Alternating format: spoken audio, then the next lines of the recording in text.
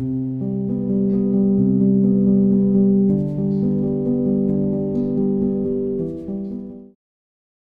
saludamos a todos los que están conectados, un abrazo. Saludamos también a los que en algún momento vayan a ver este video, vayan a escuchar este audio. Eh, Esperamos que el Señor corra los velos de tinieblas y alumbre los ojos del entendimiento, proveyendo revelación de Cristo, entendimiento de Cristo.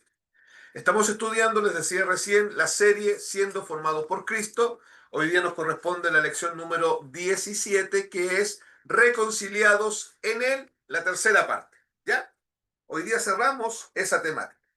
Bien, comenzamos el culto de Nante en nuestras reuniones hogareñas. Nosotros, toda nuestra vida como iglesia, Gracia y Cruz, hemos tenido reuniones hogareñas y en nuestras reuniones hogareñas estudiamos el Evangelio y somos edificados en Cristo Jesús. Y hoy día, Marte, no es la excepción, seguimos en lo mismo. Y, y yo delante leímos, ¿se acuerdan? Romanos capítulo 1, del 11 al 32, pero leímos la versión Reina Valera. Ahora vamos a quedarnos ahí mismo en Romanos capítulo 1, versículos 11 al 30, hasta el 30, y yo voy a ir leyendo la versión NBI, la nueva versión internacional. Pero yo no voy a leer todo de un viaje, voy a leer unos versículos y vamos a ir deteniéndonos para ir explicando algunas cosas. Me importa que usted pueda comparar lo que dice la NBI con lo que dice su Biblia ahí en la versión Reina Valera. Comenzamos entonces leyendo Romanos capítulo 1, versículos 11 en adelante. Yo leo la versión NBI que dice: Tengo muchos deseos de verlos para impartirles algún don espiritual que los fortalezca. Mejor dicho, para que unos a otros nos animemos con la fe que compartimos. Quiero que sepan, hermanos, que aunque hasta ahora no he podido visitarlos, muchas veces, dice Pablo, me he propuesto hacerlo para recoger algún fruto entre ustedes, tal como lo he recogido entre las otras naciones. Estoy en deuda con todos, sean cultos o incultos, instruidos o ignorantes. De allí mi gran anhelo de predicarles el Evangelio también a ustedes que están en Roma. Verso 16.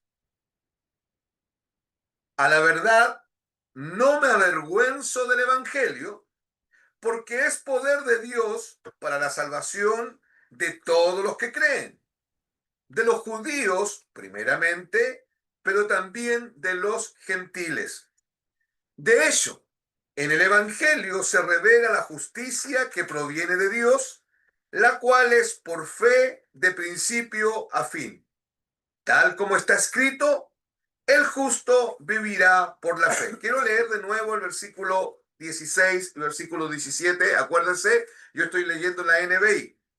A la verdad, no me avergüenzo del Evangelio, pues es poder de Dios para la salvación de todos los que creen.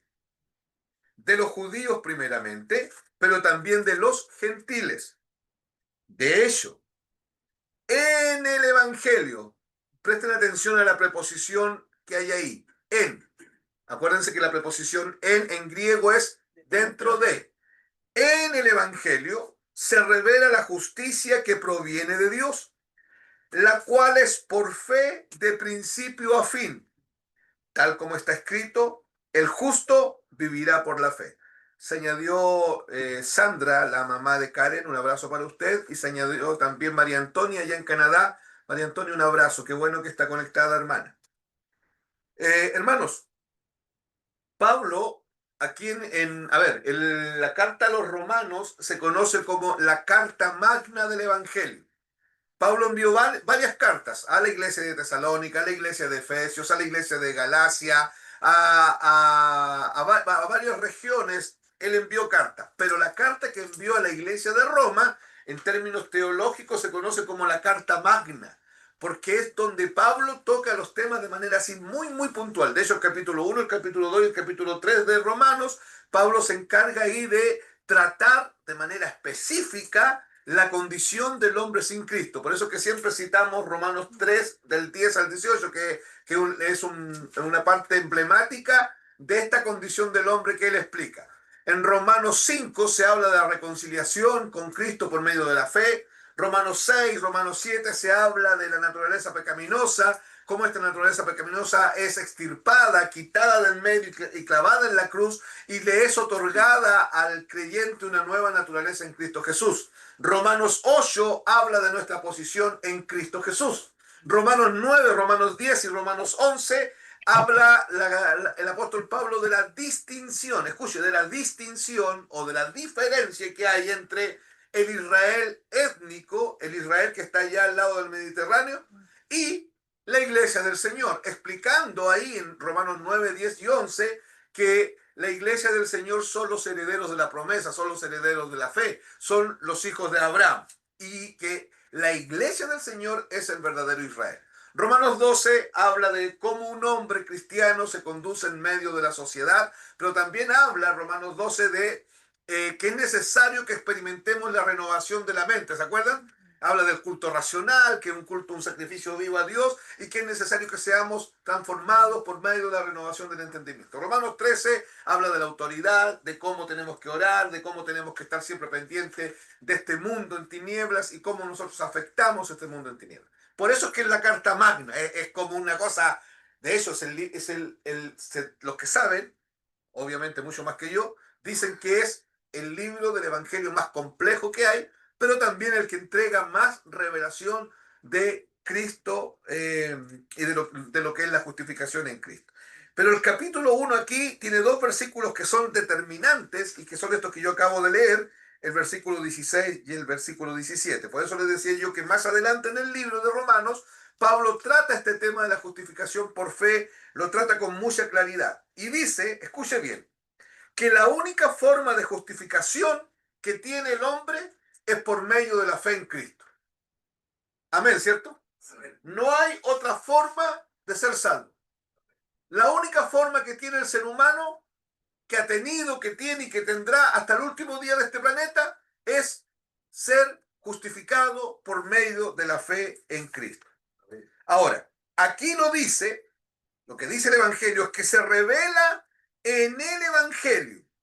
¿Y qué es lo que se revela en el Evangelio? La justicia de Dios. O sea, hermanos, cuando predicamos un evangelio mixturado con sofismo, con humanismo, con religión, cuando lo mezclamos, cuando predicamos un evangelio con mezcla de pactos, cuando mezclamos el pacto antiguo con el pacto nuevo, cuando no entendemos que el pacto antiguo o el antiguo pacto son figuras, son sombras que apuntan a la obra de Cristo en la cruz del Calvario, y cuando mezclamos los dos pactos, el antiguo pacto y el nuevo pacto, y los hacemos sentir como que son una cosa que van juntos, lo que hacemos es justamente, escuchen bien, voy a usar una palabra rara, pero quiero que la entiendan. Lo que hacemos es malear el evangelio.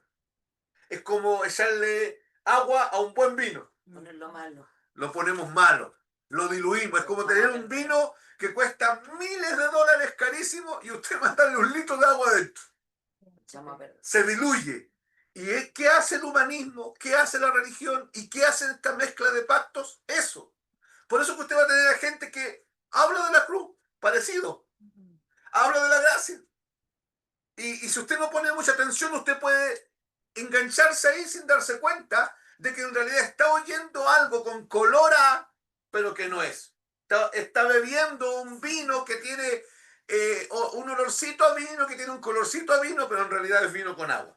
¿Ya? Y esa mezcla de pactos es peligrosa. ¿Por qué es importante lo que yo estoy diciendo? Porque Pablo aquí enseña que la salvación es por fe en Cristo.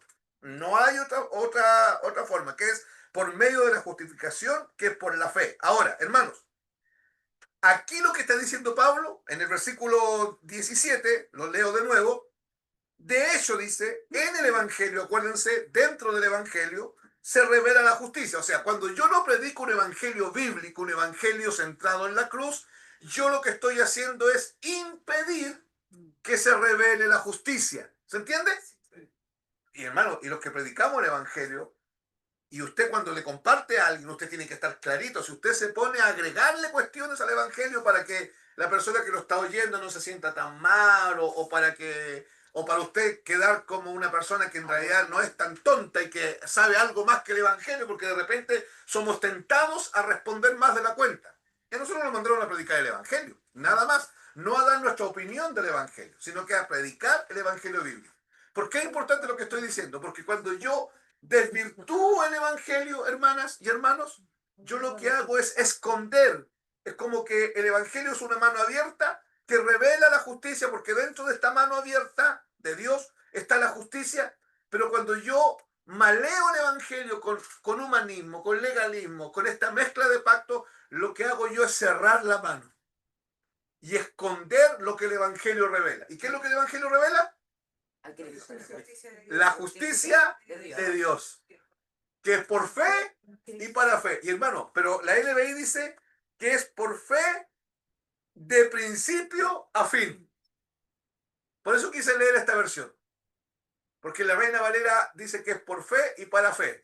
Y como que se pierde el sentido conceptual de lo que está diciendo Pablo. Lo que está diciendo aquí es que la salvación es por fe de principio a fin. A ver, ¿qué es lo que está diciendo Pablo? Está diciendo que la justificación por fe es de principio a fin. O sea, no es al principio nomás. O sea, si yo no aporté nada para ser salvo, porque soy salvo por la justificación por fe, después de 30 años en el Evangelio, yo no sigo aportando nada.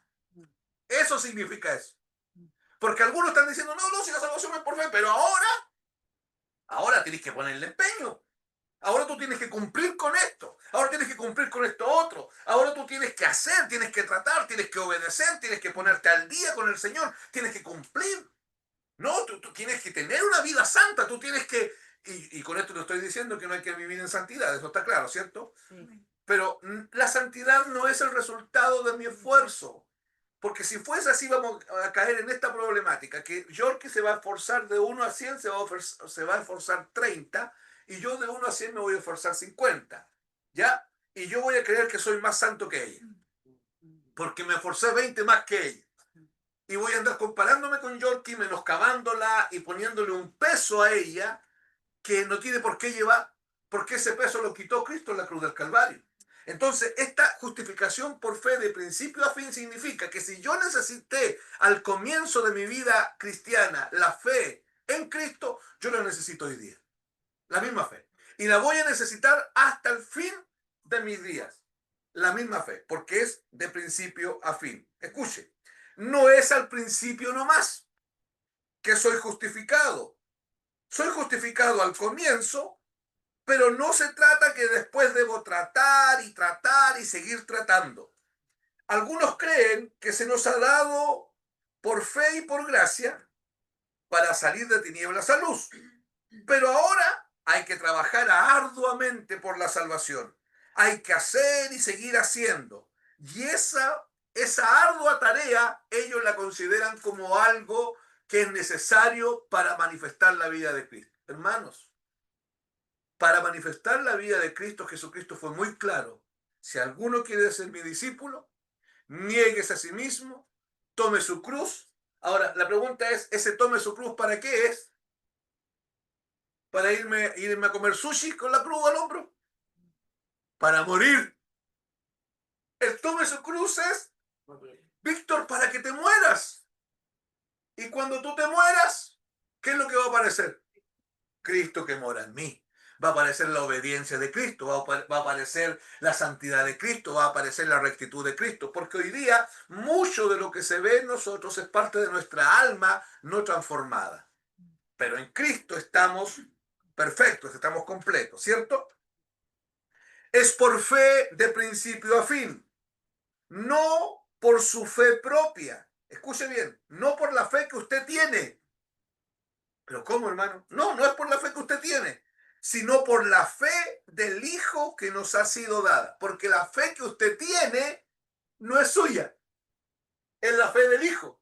Entonces, cuando somos justificados por la fe, somos justificados por la fe del Hijo. Y cuando vivimos nuestra vida en Cristo por la fe, vivimos por la fe del Hijo. Por eso miren lo que dice Gálatas 2:20.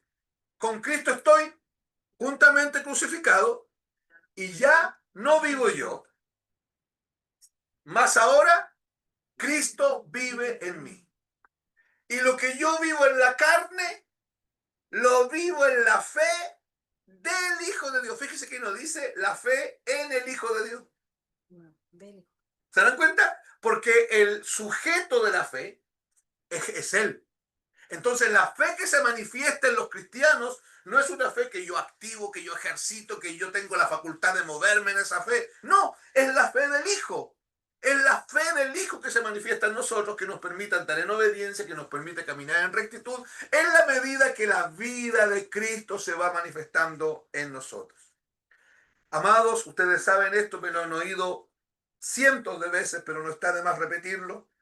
El Evangelio no es un tema más del que nosotros hablamos, no es una materia más entre tantas materias, no es una doctrina más, no es que existe esta doctrina, esta doctrina, esta doctrina y existe la doctrina del Evangelio también. No, el Evangelio es el punto donde convergen todas las doctrinas. El Evangelio es el gran tema de la Biblia. El Evangelio no está en el Nuevo Testamento nomás. El Evangelio aparece en Génesis 1 y termina en Apocalipsis 21.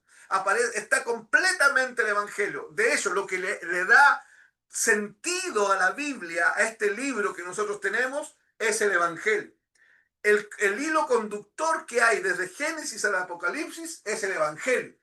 Y el Evangelio revela a Cristo. Por lo tanto, el hilo conductor que hay de Génesis a Apocalipsis es Cristo mismo. Cristo está ahí, en todas partes. De hecho, ustedes saben que la Biblia católica, apostólica romana, tiene otros libros que nuestras Biblias no lo tienen.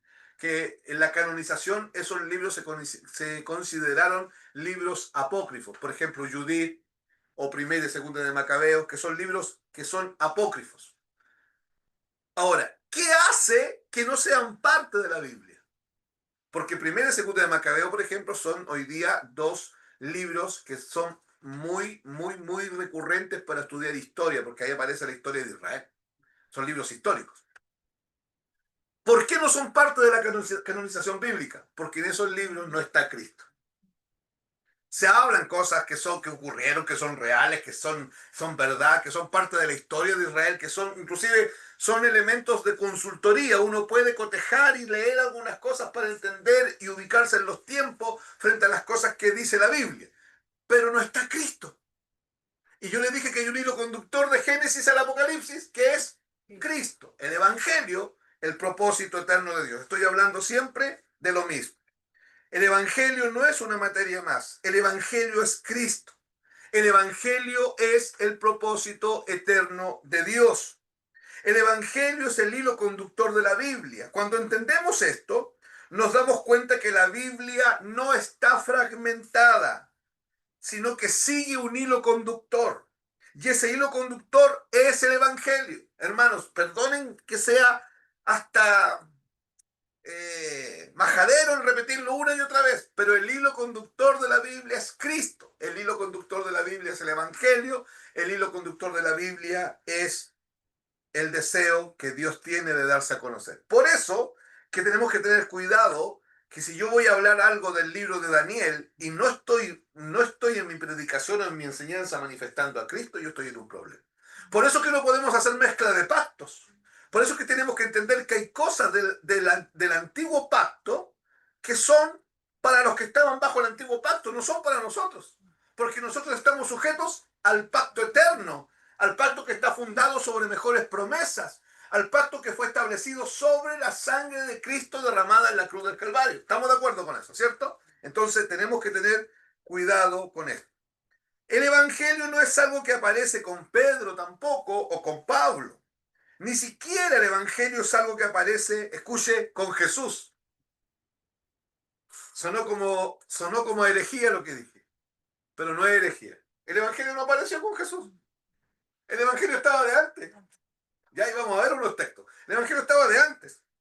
Ni siquiera es eso. Aunque Jesús fue el que utilizó la expresión Evangelio, Porque ¿se acuerdan cuando él dijo arrepiéntanse y crean en el Evangelio? Aunque él usó esta expresión, cuando dijo arrepentíos porque el reino de los cielos se ha acercado, crean en el Evangelio. Él usó esta expresión, pero el Evangelio no llegó con Jesús. El Evangelio estaba establecido desde antes de la fundación del mundo. Porque, insisto, hermanos, el Evangelio no es una doctrina. El Evangelio no es un tema que nosotros enseñamos para aprenderlo. El Evangelio no es una serie de temáticas o no es un sistema de enseñanzas. El Evangelio es Cristo mismo. El Evangelio es Dios dándose a conocer. El Evangelio se manifestó antes de Génesis 1, versículo 1. Antes de la fundación del mundo, Dios ya había pensado en revelarse al hombre, enviar al Verbo eterno, al Logos encarnado, para que muriese en una cruz y por medio de esa muerte justificar a los hombres que creyesen en él para siempre y hacerlos sus hijos. Jesús fue el que dijo arrepentíos. En griego eso sonaría más o menos así. Metanoia. Arrepentíos porque el reino de los cielos se ha acercado. Eso sonaría más o menos así. Arrepentíos porque la basileia os protón. El reino de Dios se ha acercado. La palabra arrepentidos en griego es metanoia. Ustedes lo saben, ¿cierto?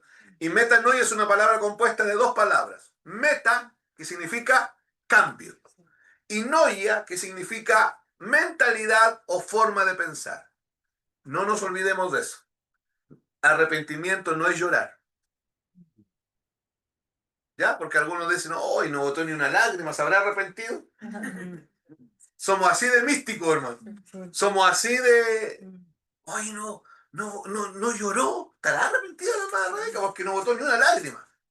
¿Ya? Porque nosotros relacionamos arrepentimiento con quebranto, que puede darse. ¿De acuerdo? Pero el arrepentimiento es metanoia, cambio de mentalidad. Entonces, escuchen. ¿Arrepentidos de qué? Porque esto que Jesús dijo, yo hoy día le explicaba a un matrimonio con el que estuve conversando, que están conectados ahora, le explicaba que Jesús, lo que estudiamos tiempo atrás, ¿se acuerdan? Que Jesús nacido de mujer y nacido bajo la ley, dice la Biblia, que Jesús nació en el antiguo pacto, vivió bajo el antiguo pacto y murió bajo el antiguo pacto, resucitó bajo el antiguo pacto. Ahora, en la cruz se inauguró el nuevo pacto. Pero el año 70 después de Cristo se hizo efectivo el nuevo pacto y el antiguo pacto terminó. Estos conceptos, antiguo pacto y nuevo pacto, están relacionados solamente con Israel, ¿correcto? Porque acuérdense que Efesios dice que los gentiles estábamos lejos de la ciudadanía celestial de Dios, lejos de los pactos de la promesa, sin Dios en el mundo. ¿Se acuerdan? Para nosotros el pacto nuevo no es nuevo pacto, sino que Hebreo dice que es el pacto eterno, el que estuvo establecido antes de la fundación del mundo. Ya, y yo les decía a estos hermanos con los que conversé delante, que hay muchas palabras que Jesús dijo que no eran para nosotros, que eran para los judíos. Y cuando él dice, arrepentíos, porque el reino de los cielos se ha acercado, se lo dijo a esa gente, ¿ya?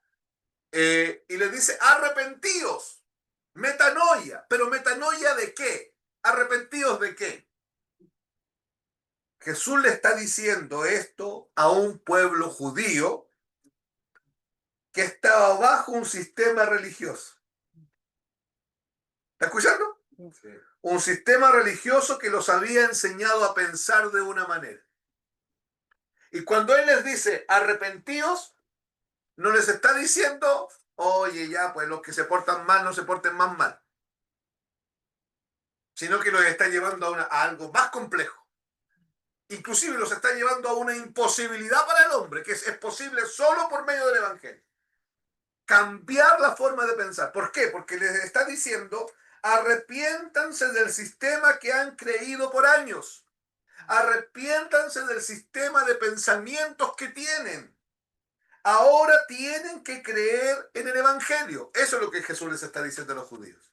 Van a tener que arrepentirse de la ley de Moisés y van a tener que creer en el Evangelio. Van a tener que arrepentirse de que hay que hacer, porque la ley se trataba de eso.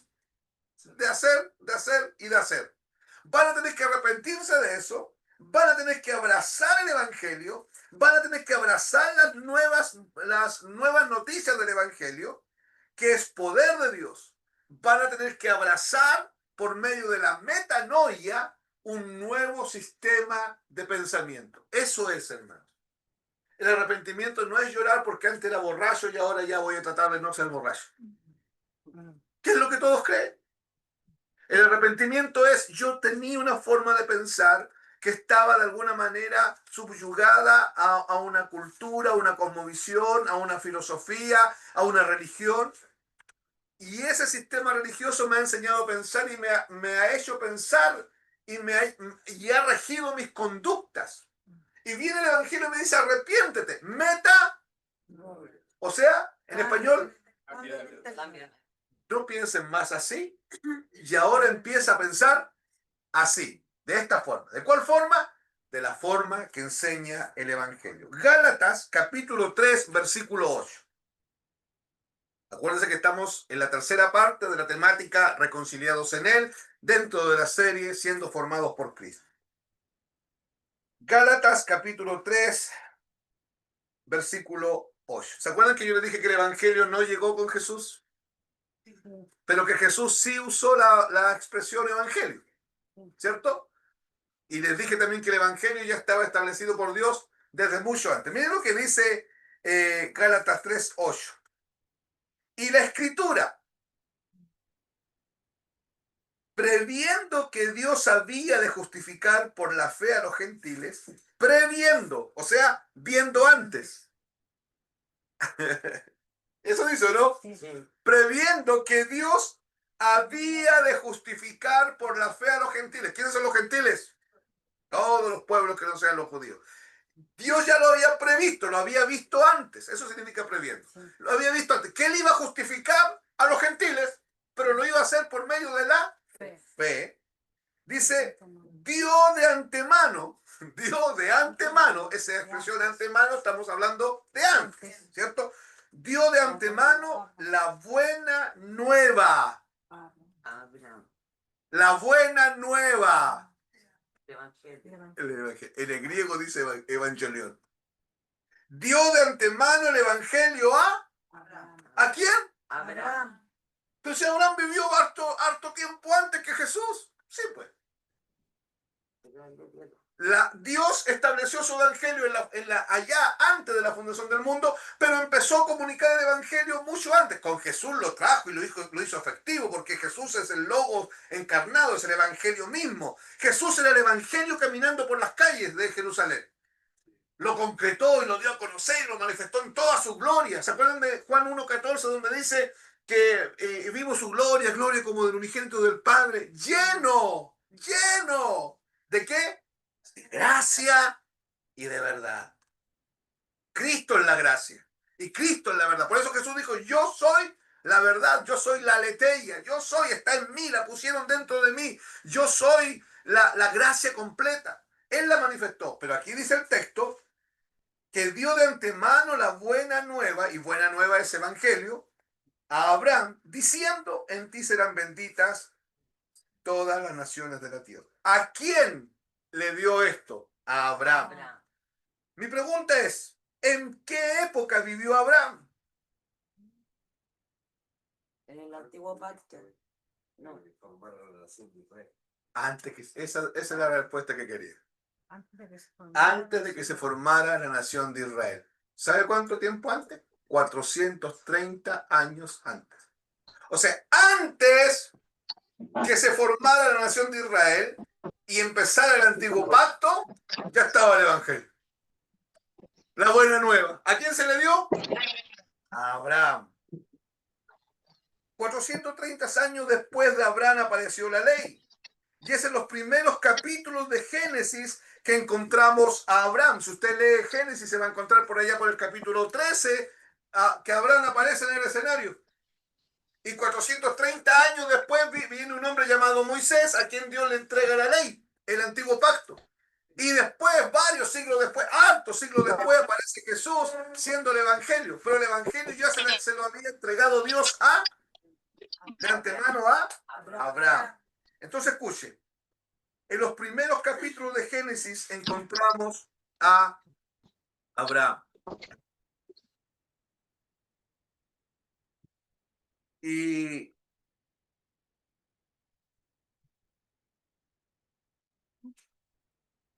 perdónenme.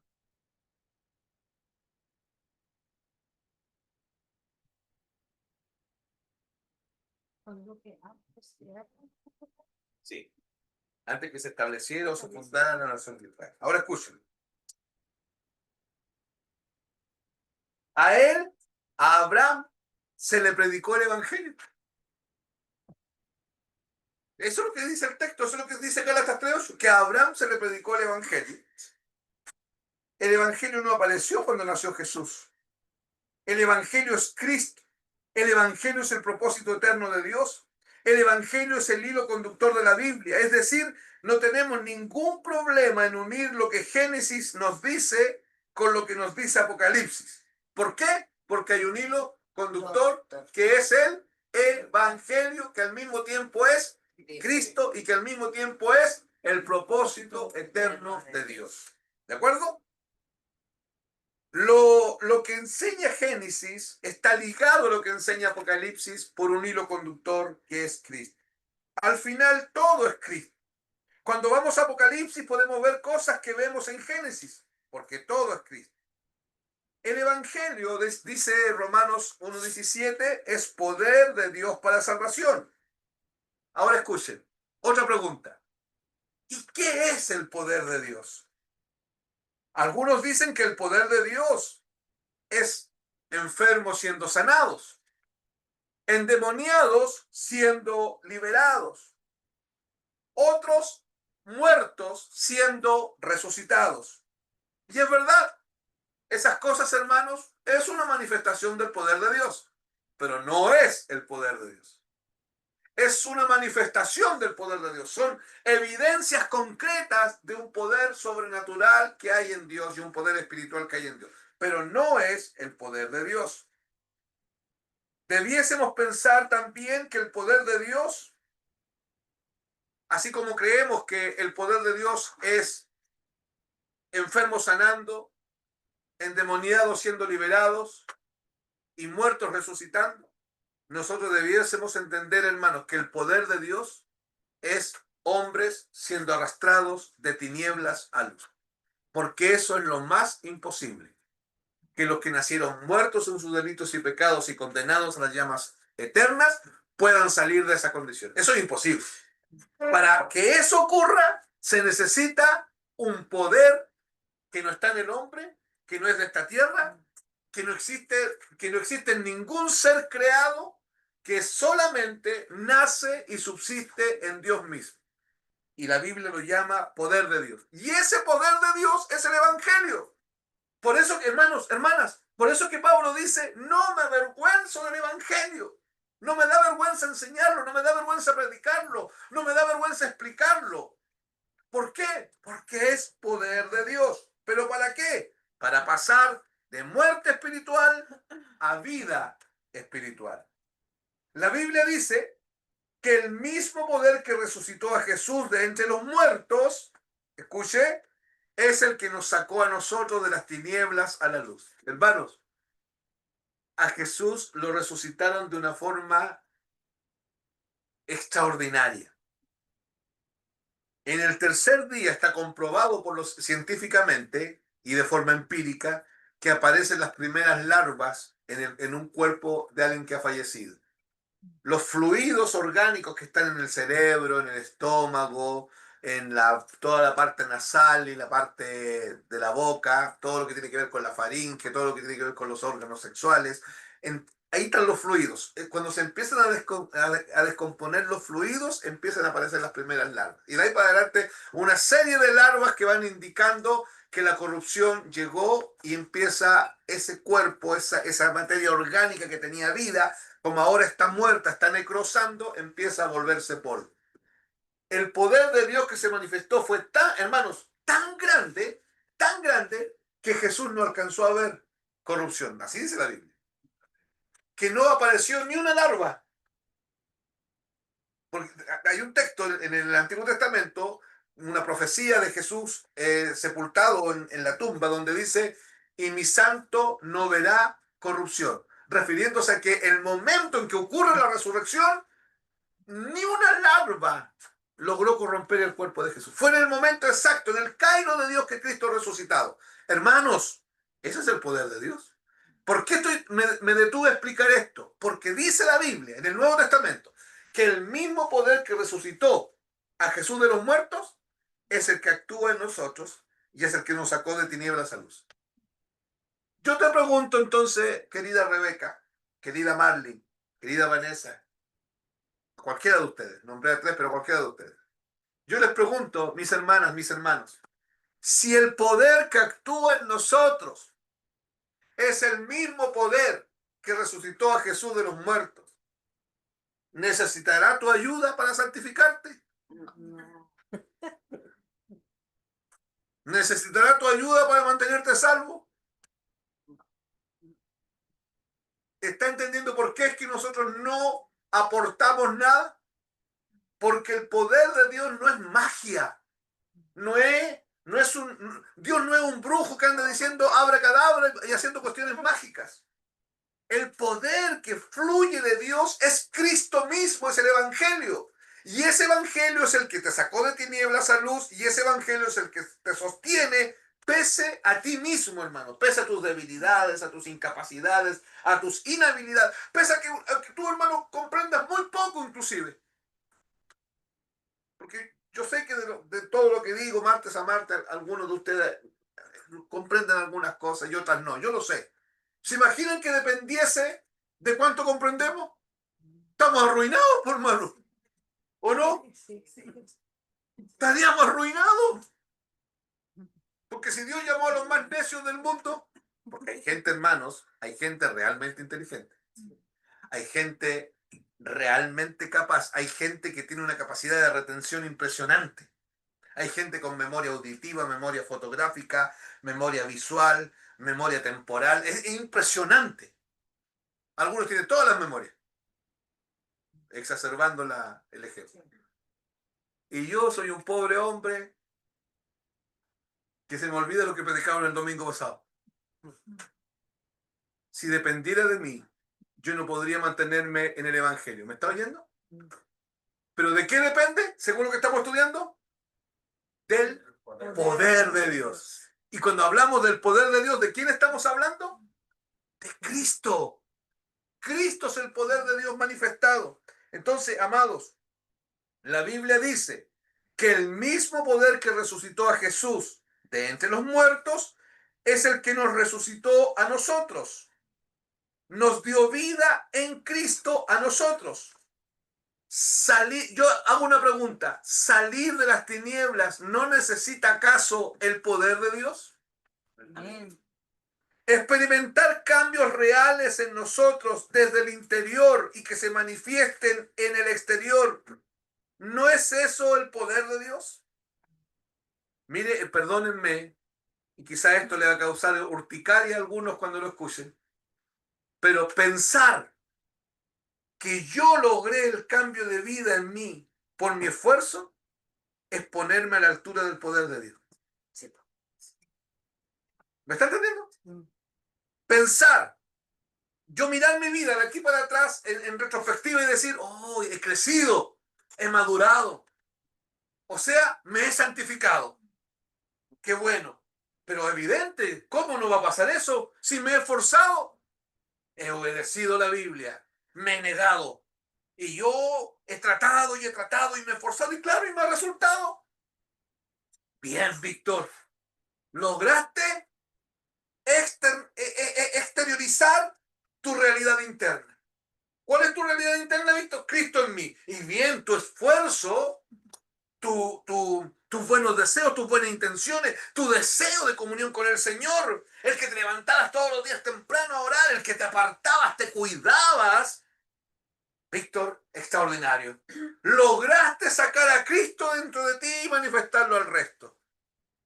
Hermanos, yo lo dije de esta forma, como didáctica, para que usted entienda lo arrogante y soberbio de la religión.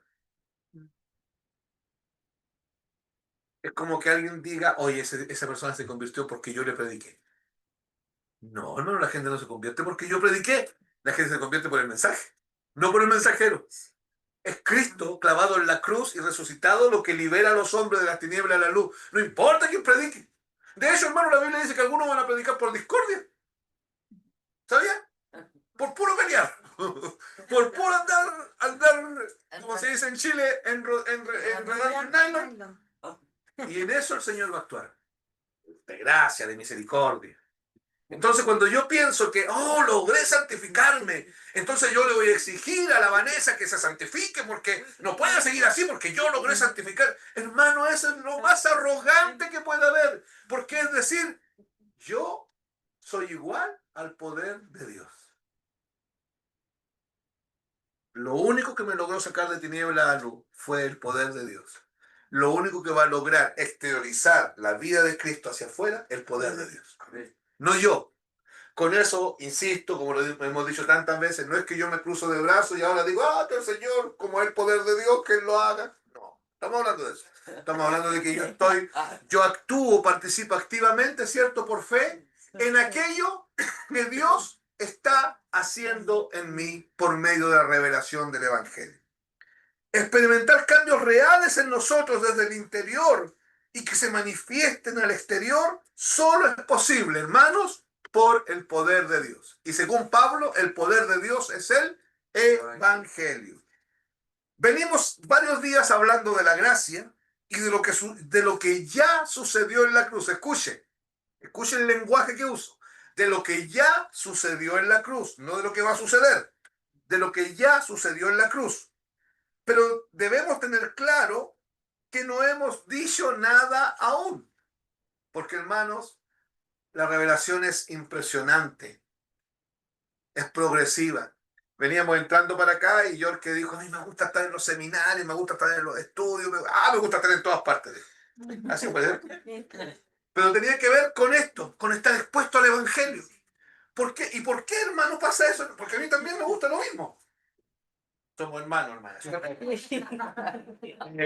¿Por qué? Porque a mí me impacta la revelación. Que pareciera que entendimos y viene Dios y habla un poco más y no entendimos nada, queda tanto por entender. Es tanto lo que entendemos que al lado de todo lo que hay que entender, no entendemos nada. Es una sensación extraña, ¿cierto? Se produce un gozo tan grande de que estamos entendiendo algo extraordinario, pero al mismo tiempo nos damos cuenta que no es nada, porque estamos hablando de Dios. No estamos, hermano, no estamos hablando de que tomamos un insecto y lo pusimos debajo del microscopio y lo estamos analizando. ¡Ay! Tiene 8.008 ojos la mosca. Bien, bien. Ya no le pillamos ningún ojo más porque tiene 8.008. No, aquí no es una mosca que estamos estudiando. Es Dios que se está revelando. Y hermano, en esta vida no lo vamos a conocer. Y en la eternidad tampoco. ¿Cómo? No, pues no es Dios. Él es el Dios de la aseidad, el Dios que autoexiste, el Dios que... ¿Se acuerdan cuando estudiamos la aseidad de Dios? Que el Dios autoexistente, el Dios que no necesita de terceros para existir. Yo no necesito a Él, pero Él a mí no. El Dios inescrutable, el Dios inmarcesible, el Dios que no hay cómo estudiarlo, no hay forma de estudiarlo. Si Dios no se revela en mi vida, todas las herramientas de la teología para estudiarlo no sirven de nada. Tiene que Dios venir y revelarse. Lo que el Señor nos ha mostrado es realmente mucho. ¿Sí o no?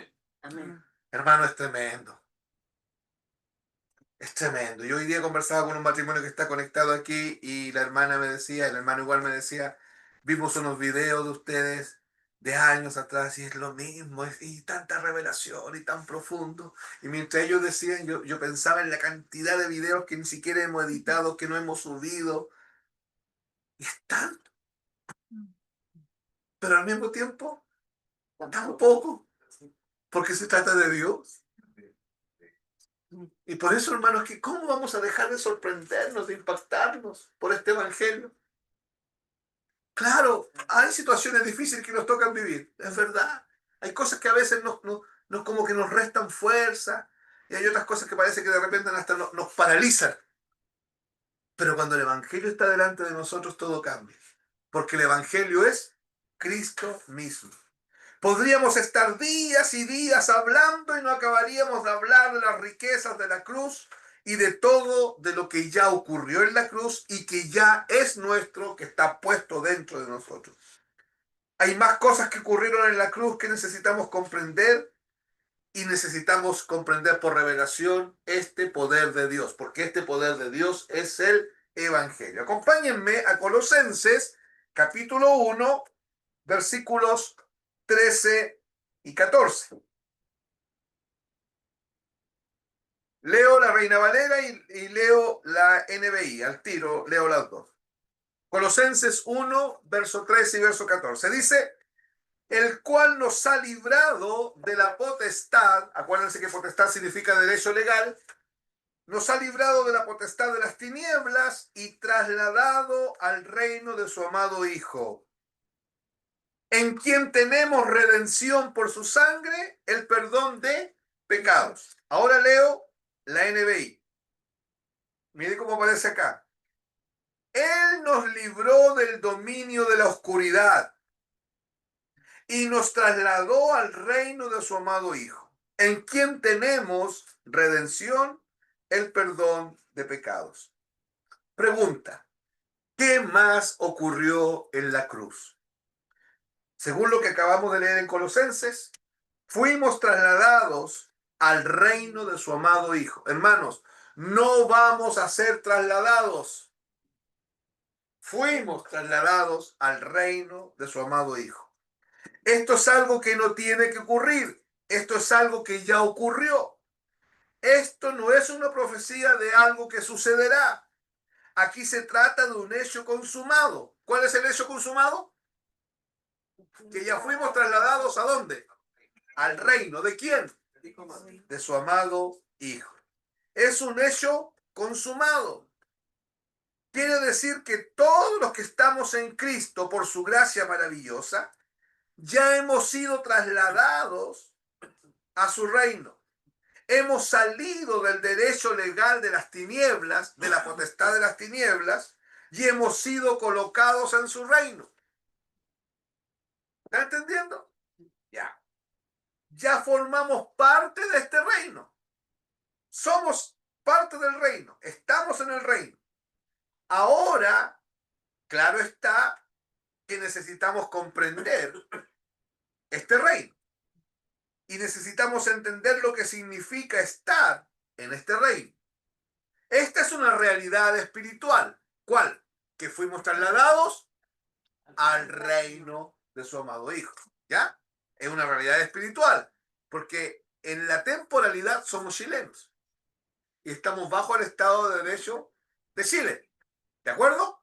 Pero en el contexto de la eternidad fuimos trasladados. Ya estamos en el reino. Pero escúcheme bien. Necesitamos conocer ese reino. Y necesitamos conocer las leyes del reino. Porque si no, vamos a andar dando puros palos de ciego en el reino.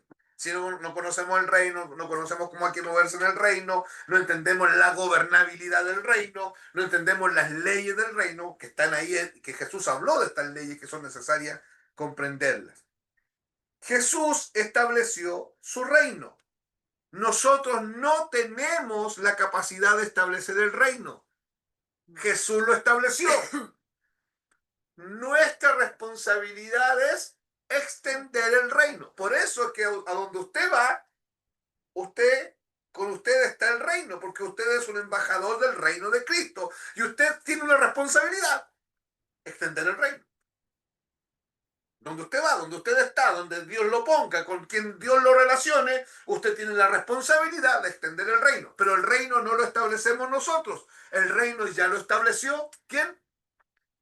Cristo mismo. Por eso dijo, arrepentidos porque el reino de los cielos se ha acercado, está viniendo, llegó, está acá, soy yo. Eso es lo que Jesús dijo. Él estableció su reino, aunque nosotros sigamos cantando, venga tu reino, el reino ya vino. Así que debiésemos cambiar la canción, venga tu reino, porque el reino ya vino. Debemos entender que el reino ya se estableció. Y por su gracia en la cruz, hermanos, fuimos trasladados de las tinieblas a su reino. Ya estamos en el reino. Y esto incluye, escuche bien, las tremendas riquezas del reino. Óigalo, este reino tiene leyes, pero también tiene riquezas.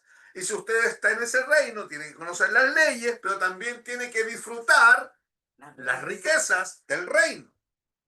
También necesitamos comprender el funcionamiento del reino. ¿Cómo funciona este reino que tiene un solo rey, que es Jesucristo el Señor? Por otro lado, como les decía, somos responsables de entender que la iglesia es la única que tiene la capacidad de extender el reino. Nadie más. Nadie más. Porque la iglesia está en el reino. Cualquier persona que no sea parte de la iglesia no es parte del reino. No se puede ser parte de la iglesia y no ser parte del reino. Tampoco se puede ser parte del reino y no ser parte de la iglesia. ¿De acuerdo? El que es parte de la iglesia es parte del reino. Y son los únicos que tienen la capacidad y el derecho legal, hermano, escuche, nadie más, y la responsabilidad de predicar el evangelio y extender el reino. Se nos dio esa autoridad. ¿Se acuerdan cuando Jesús dice, toda potestad me es dada en el cielo y en la tierra? Ya yo los envío ahora con la misma potestad. Vayan y prediquen el evangelio a todas las naciones.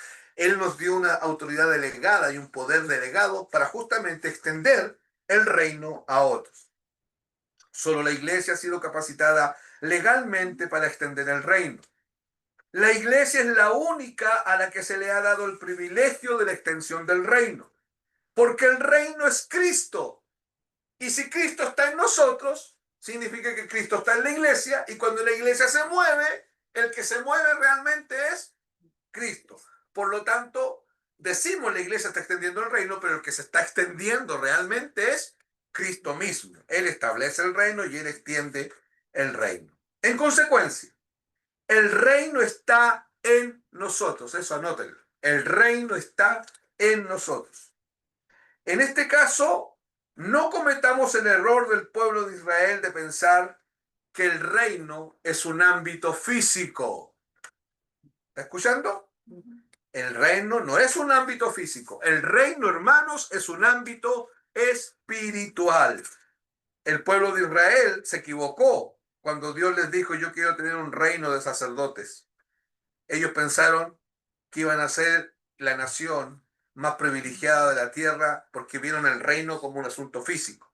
La iglesia está en el reino, pero el reino no es un ámbito físico. El reino, escuche bien, no es tener 3, 4, 5, 10 casas caras, que es lo que están predicando muchos. No, ven a Cristo porque Cristo te va a prosperar. Si tú no tienes 2, 3 casas, 2, 3 vehículos, porque Dios no te bendice. Esa cuestión ha dañado a la iglesia de una manera tremenda, porque hoy día el evangelio de la prosperidad, el evangelio de la bendición, se arrastró desde el ámbito espiritual a un ámbito físico y Dios jamás pensó en esto. ¿Ya? Entonces, escuche, el reino no es tener casas caras.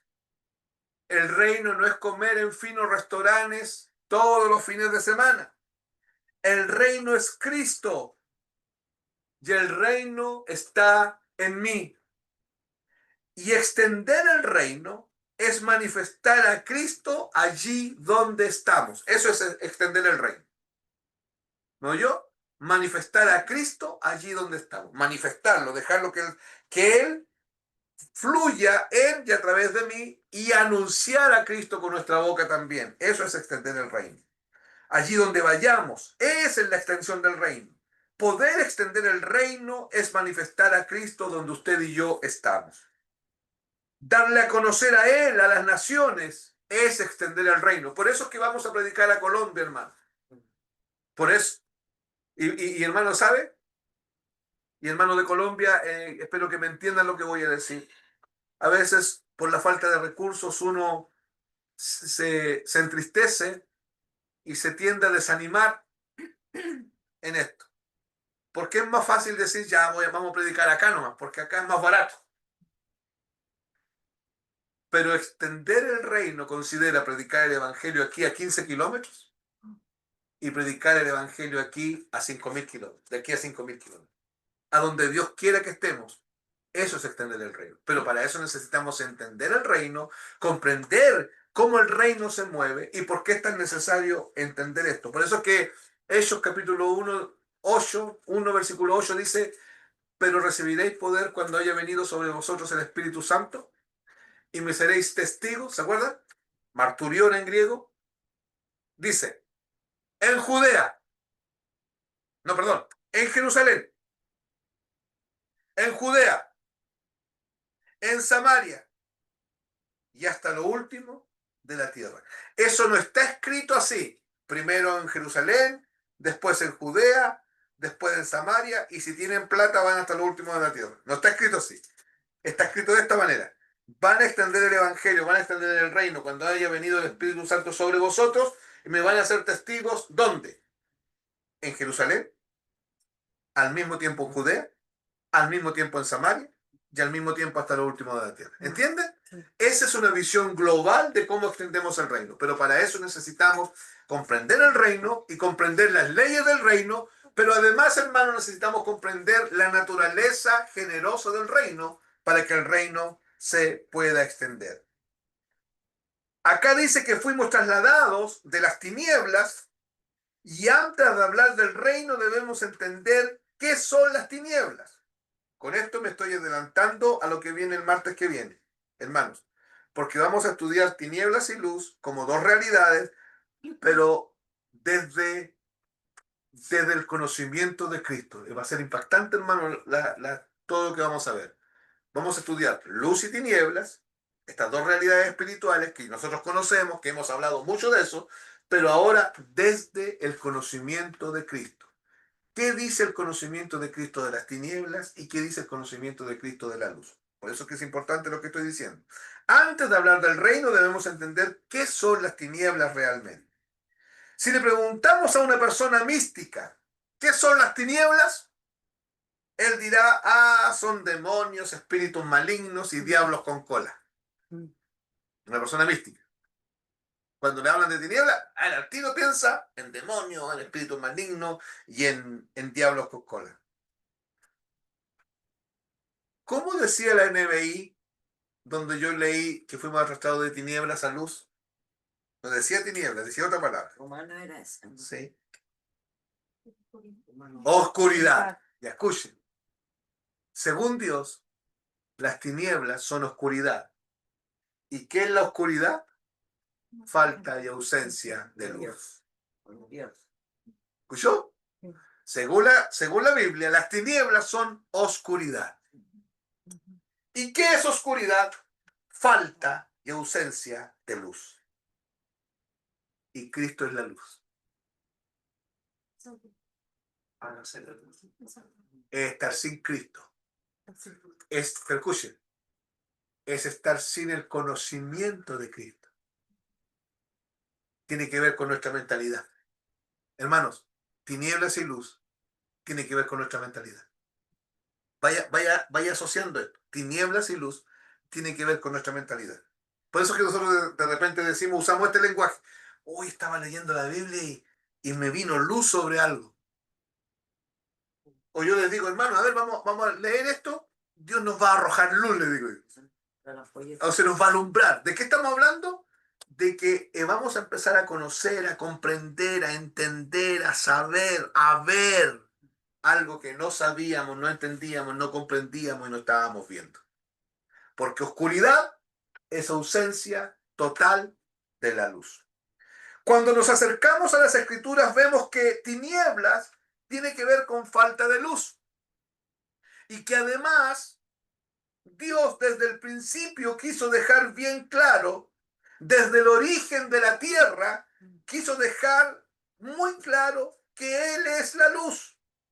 Porque lo primero que Él habló fue, hágase la luz. Y en el día 4 dijo, hágase la luna y el sol. Entonces no estaba hablando de las lumbreras. Cuando lo primero que él hace, acuérdese, estaba todo desordenado y todo vacío. Lo primero que Dios habla y dice, hágase la luz. Pero no estamos hablando de la luz del sol ni de la luz de la luna, porque eso ocurrió el cuarto día. Estamos hablando de otra luz. Estamos hablando del conocimiento de Dios.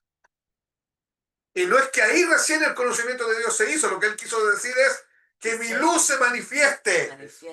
Porque para eso creé este asunto llamado tierra y voy a crear a un hombre y a una mujer, para que me conozcan a mí. Y cuando cuando la luz se manifestó, separó las tinieblas de la luz. ¿Me está oyendo? Ya, síganme en esa idea.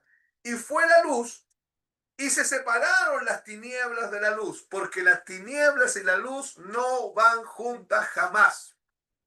Porque donde hay tinieblas, hermanos, y llega la luz, las tinieblas no se van, no arrancan, son absorbidas. Porque ¿se acuerdan de esos monitos que daban antes cuando llegaba, ¿se acuerdan de Tommy y Jerry? Sí. Estaba Jerry ahí, fascinado Jerry en el refrigerador comiendo queso, y llegaba Tom. Y cuando llegaba Tom, las patitas de Jerry, y salía arrancando. Y quedaba Tom ahí, siempre llegaba atrasado Tom, nunca podía capturar a Jerry. ¿Se acuerdan? Sí. Ya, aquí no es así. Cuando las tinieblas llegan, cuando la luz llega, las tinieblas no alcanzan a huir, porque son absorbidas por la luz. El mejor ejemplo es si hoy ahora apagásemos todas las luces aquí y prendemos, y vamos a quedar a oscuras completas, y prendemos un interruptor, llega la luz y las tinieblas, usted no vio hasta no vio para dónde. Si ponemos atención, ¿para qué lado arrancan? Ya todos mirando para allá, para allá, para allá, ¿para dónde arrancan? No arrancan, no tienen tiempo porque la luz las absorbe. Hermanos, el conocimiento de Dios absorbe toda la ignorancia que el hombre tiene de Dios. Por eso es que nuestras reuniones no son para cargar baterías. Nuestras reuniones son para conocer a Dios. Por eso es que fuimos llamados para ser formados a la imagen de Cristo. Por eso es que la única forma de ser formado es por medio del espíritu de sabiduría y revelación en el conocimiento de Cristo, para comprender cuáles son las riquezas abundantes del reino de Dios y de su gracia, y cuál es el supereminente poder que actúa en nosotros hoy día. El mismo que resucitó a Cristo de entre los muertos. Así dice el texto. Y luego, en un recorrido por la Biblia, vemos la importancia que Dios le da a la luz. Mire lo que dice Isaías, capítulo 60, versículos 1 al 3. Voy a leer algunos textos para que usted comprenda. Isaías 60, del 1 al 3, dice: levántate, resplandece, porque ha venido tu luz. ¿Qué vino? La luz. Y por eso la luz es la que hace que uno se levante y que uno resplandezca. El resplandor es evidenciar la luz que está en nosotros. Por eso dice el texto: levántate, resplandece, porque ha venido la luz y la gloria de Jehová ha nacido sobre ti. Cuando llega la luz, llega la gloria. ¿Ya? ¿Quién es la luz? ¿Y quién será la gloria? Hermano, llega la luz y si la luz te habita, la gloria de Dios está en ti. Por eso es que no somos buscadores de gloria, porque la gloria nos buscó, nos escogió y se vino a habitar dentro de nosotros. Porque he aquí, mire el versículo 2, que tinieblas cubrirán la tierra y oscuridad las naciones, mas sobre ti amanecerá Jehová y sobre ti será vista su gloria. Y andarán las naciones a tu luz y los reyes al resplandor de tu nacimiento. ¿De qué está hablando, hermano? ¿Que va a haber un apagón general en todo el mundo? No. ¿Y que todo el mundo va a quedar en completa oscuridad? No, hermano. Está hablando de que el hombre, la humanidad completa, quedó en una oscuridad total. ¿Qué es lo que es oscuridad? Tinieblas. ¿Y qué es oscuridad? Ausencia de luz. Y cuando Cristo viene y dice: yo soy la luz del mundo, y Él resplandece, lo primero que hace es resplandecer en nuestros corazones, dice la Biblia, para el conocimiento de la gloria de Jehová. Así, la Biblia lo dice. el que resplandeció en vuestros corazones para el conocimiento de la gloria de Jehová. Es tremendo. Tiene que ver con conocimiento de Dios. Tiene que ver con cuánto mi mente está siendo cambiada, cuánta metanoia hay. No se trata de hacer, de hacer, de hacer, de hacer. Se trata de conocer, conocer, conocer y conocer. ¿Entienden? Dígale que está a su lado, hay que cambiar el verbo de hacer a conocer. Dígale. De hacer a conocer. No se trata de que yo tengo que tratar, No, se trata, hermano, de que usted y yo vamos a conocer al Señor, vamos a conocer al Señor y vamos a conocer al Señor. Y en la medida que usted y yo vamos a conocer al Señor, la gloria del Señor, que es el propio Señor, se va a manifestar y se va a evidenciar. Salmo 119, versículo 105. Salmo 119, versículo 105 dice, voy a leer la NBI, dice, tu palabra es una lámpara a mis pies, es una luz en mi sendero. Amén. La Reina Valera dice, lámparas a mis pies tu palabra y lumbrera mi camino. Amén. ¿Sí o no? Sí. Y yo me aprendí este versículo cuando tenía 6 años, 7 años parece. Antes de los embajadores. Me lo aprendí antes. ¿Ya? Lámpara es a mis pies tu palabra y lumbrera mi camino. ¿Y de qué me estaban hablando siempre? De la Biblia. ¿Ya? El problema es lo siguiente. El problema es lo siguiente. Que este texto se escribió cuando no existía la Biblia. Ni siquiera existía el Antiguo Testamento, existía el libro de los Salmos. Y este es parte de un salmo. Entonces, cuando dice palabra, no está hablando de la Biblia. ¿Por qué? Porque no había Biblia. La palabra. Está hablando del Logos.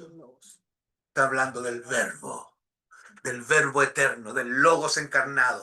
Está hablando del Logos, el Verbo eterno de Dios que se iba a revelar. Entonces, es como que el texto dijese, lámparas a mis pies, el Logo encarnado en mí, y lumbrera a mi camino, el Logos encarnado en mí. Está hablando de eso. La luz. La luz. La luz que es Cristo, el Verbo encarnado. ¿Está entendiendo? No está hablando de la Biblia. Yo con esto, hermanos, yo quiero ser muy cuidadoso. No le estoy quitando ninguna importancia a la Biblia. La Biblia es la gramata de Dios, la palabra escrita de Dios que revela a Cristo. ¿De acuerdo? Pero cuidado, la luz es Cristo. Sí. No es saber Biblia. No. Es conocer a Cristo. Lo digo de otra forma. La luz no es repetir textos bíblicos como papagayo. La luz es conocer las palpitaciones del corazón del Señor Jesucristo.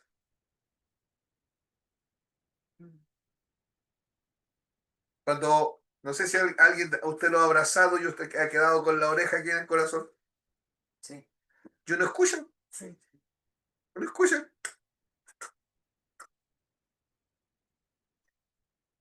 Porque te tienen ahí en el regazo abrazado.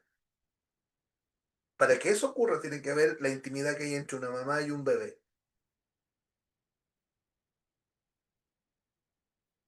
Eso es conocer a Cristo. Intimidad absoluta, entender que soy uno con Cristo. Y eso lo revela Cristo. Insisto, no se trata de hacer y de hacer y de hacer. Efesios 4, 17 al 19. Voy a leer la NBI. Efesios 4, 17 al 19. Leo la NBI para que ustedes la comparen con lo que dice la Reina Valera. Dice, así que les digo esto y les insisto en el Señor. No vivan más con pensamientos frívolos como los paganos. ¿Está comparando ahí con su Biblia? El 17, lo vuelvo a leer. Así que les digo esto Y les insisto en el Señor, no vivan más con pensamientos frívolos como los paganos. A causa de la ignorancia que los domina y por la dureza de su corazón. En su Biblia dice, teniendo el entendimiento entenebrecido, ¿cierto? Sí. O sea, en tinieblas. Sí. ¿Dónde está el entendimiento? En tinieblas. Sí. Pero la NBI habla de la ignorancia que los domina por la dureza de su corazón. Estos tienen oscurecido el entendimiento. ¿Se da cuenta? O sea, ¿qué es lo que no tienen? Luz. Luz. Luz. ¿Qué necesitan entonces? Luz. Luz. Necesitan la luz del Evangelio. Y la luz del Evangelio es Cristo. Necesitan conocer a Cristo. Y están alejados de la vida que proviene de Dios. Han perdido toda vergüenza y se han entregado a la inmoralidad y no se sacian de cometer toda clase de actos indecentes. Aquí, relaciona estar en tinieblas con estar fuera de la vida. Esas cosas conecten esas ideas, hermanos, ¿ya? Porque tiene que ver con lo que vamos a ver el martes que viene. Aquí el texto relaciona estar en tinieblas con estar fuera de la vida. Porque el texto decía, estos tienen oscurecido el entendimiento y están alejados de la vida que proviene de Dios. ¿Se entiende? Esa relación que hace Pablo. Tienen oscurecido el entendimiento justamente por estar alejados de la vida que proviene de Dios. ¿Y cuál es la vida que proviene de Dios?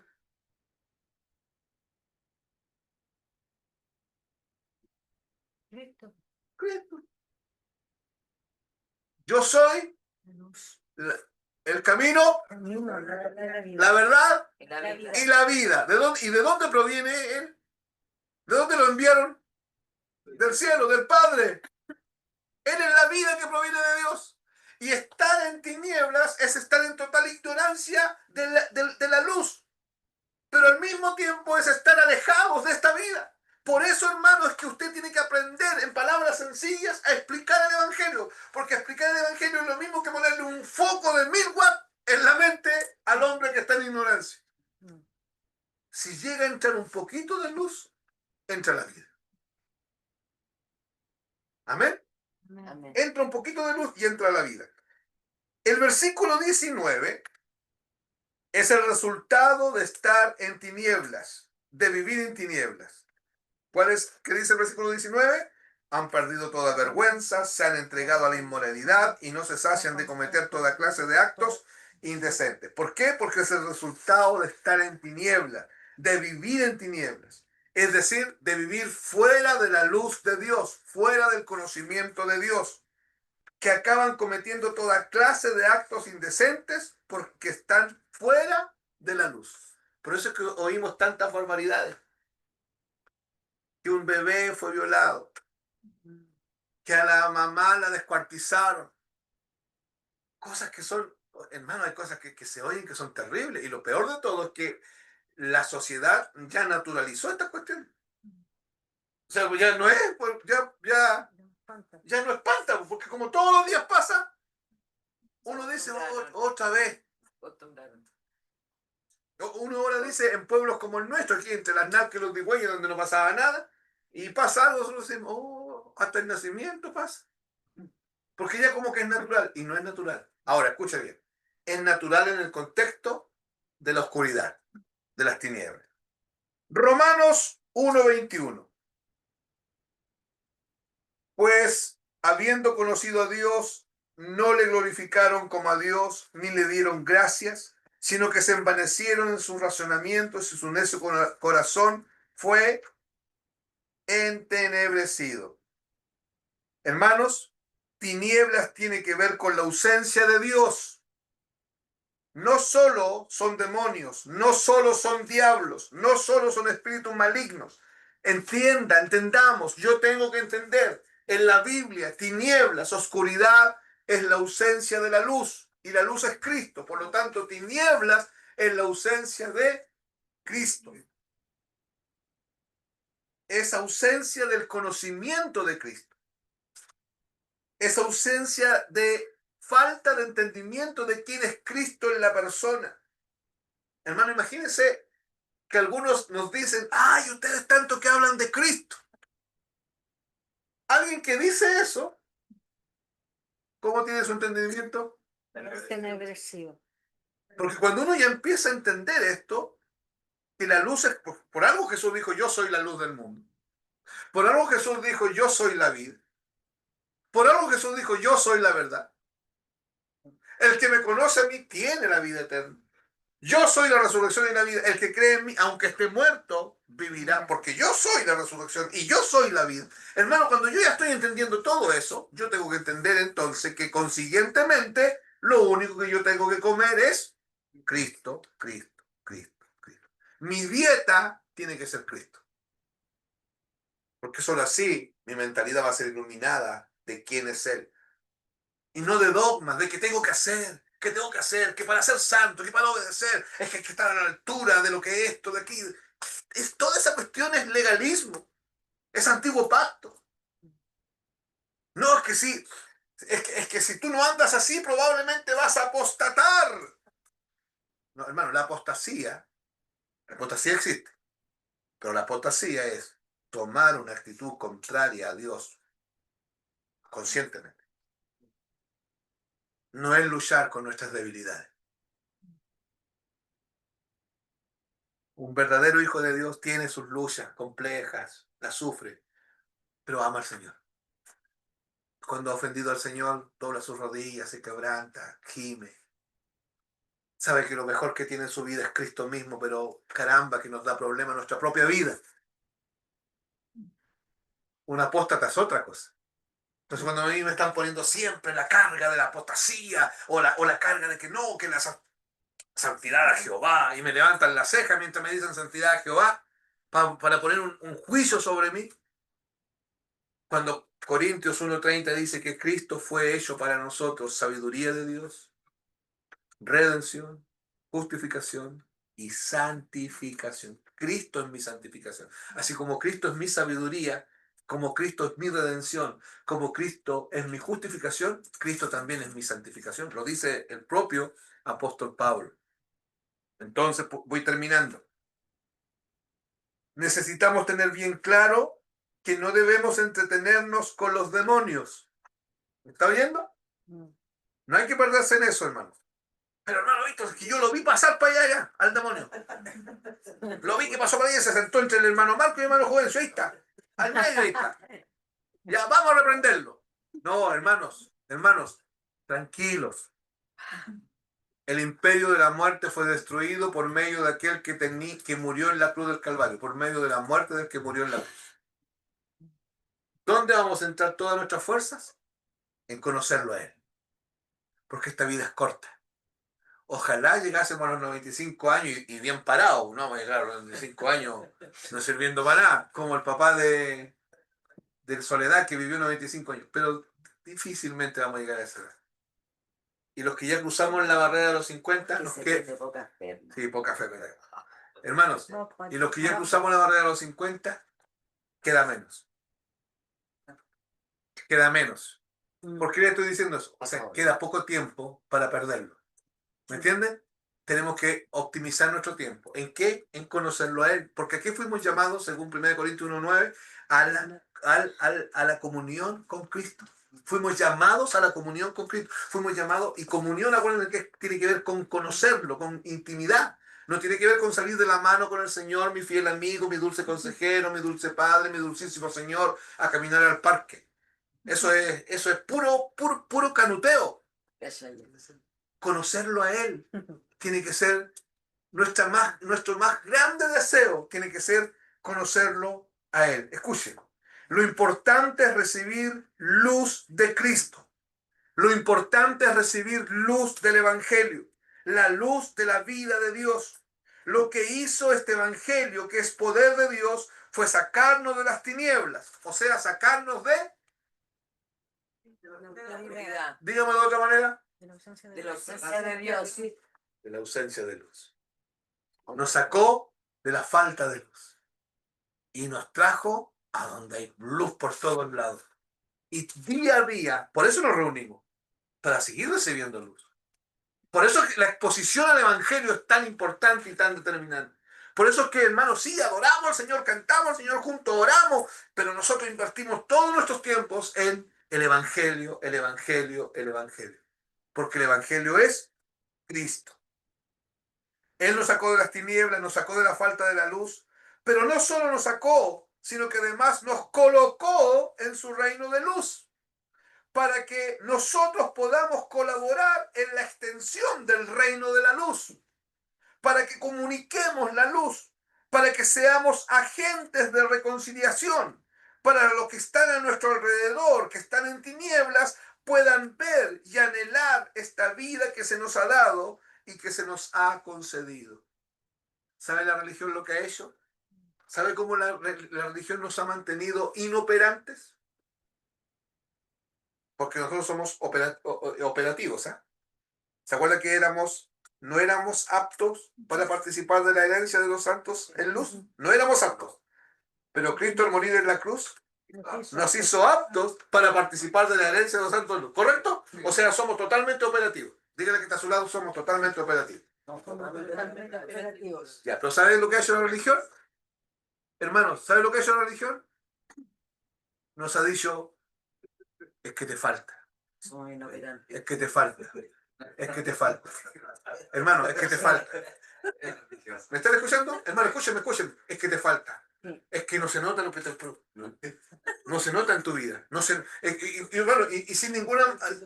escúchenme, sin ningún afán de juicio. Lo voy a decir por mí mismo. Víctor, es que te falta. Víctor, a ti te falta. Víctor, es que no se nota. Y ahí hemos estado. Enclaustrados. Porque nos han metido un evangelio de condenación. Cuando el evangelio que recibimos es un evangelio de luz, de conocimiento, de entendimiento. Y somos responsables de la mucha luz o de la poca luz que tenemos, hermano, no somos responsables de más. Entonces comunicamos este evangelio de luz. ¿Por qué Jesús le dice a sus discípulos, yo soy la luz del mundo? ¿Ya? Dice, yo soy la luz del mundo, ¿cierto? Y después, más adelante, le dice, vosotros sois la sal de la tierra. Y vosotros sois la luz del mundo. A ver, Señor, pongámonos de acuerdo. Bueno, ¿eres tú la luz del mundo o somos nosotros la luz del mundo? Y Jesús responde, yo soy la luz del mundo. Pero como yo habito dentro de ustedes, ustedes son la luz del mundo. Alumbren. ¡Ay, qué hay que hacer! Nada. Muéranse. ¿Para qué? Para que la luz que soy yo resplandezca. No se trata de hacer, no se trata de cumplir, hermano. Yo no me puedo congregar para... A ver, usted no se puede congregar porque el hermano Víctor le dijo, hermano, no te he visto congregándote. Yo tengo que decírselo. No se enoje cuando yo se lo digo, yo tengo que decírselo. Pero usted no se puede congregar porque yo se lo dije. ¿Me está entendiendo? Ah, entonces, ¿para qué me lo dice? Porque tengo que exhortarlo. ¿De acuerdo? Pero usted no puede reaccionar a mi voz. Usted necesita reaccionar a la voz de Dios. Entonces, ¿por qué se va a congregar? Usted se va a congregar porque usted entendió que es totalmente operativo y que necesita ser capacitado en el Señor. Usted olvida lo que queda atrás y avanza hacia lo que está adelante, porque es operativo. Porque usted es un ministro competente del nuevo pacto. Así dice la Biblia, que fuimos hechos ministros competentes del nuevo pacto. No ministros incompetentes, ministros competentes. O sea, se nos dio competencia. ¿Y qué es lo que es competencia? Habilidad operativa, capacidad operativa. Pero ¿cómo, hermano? ¿De verdad somos tan magníficos? Sí, porque la luz de Cristo está en nosotros. No es usted ni yo. Es Cristo en vosotros, la esperanza de gloria. Amén. Todos los que están a nuestro alrededor necesitan ver la luz que está en nosotros.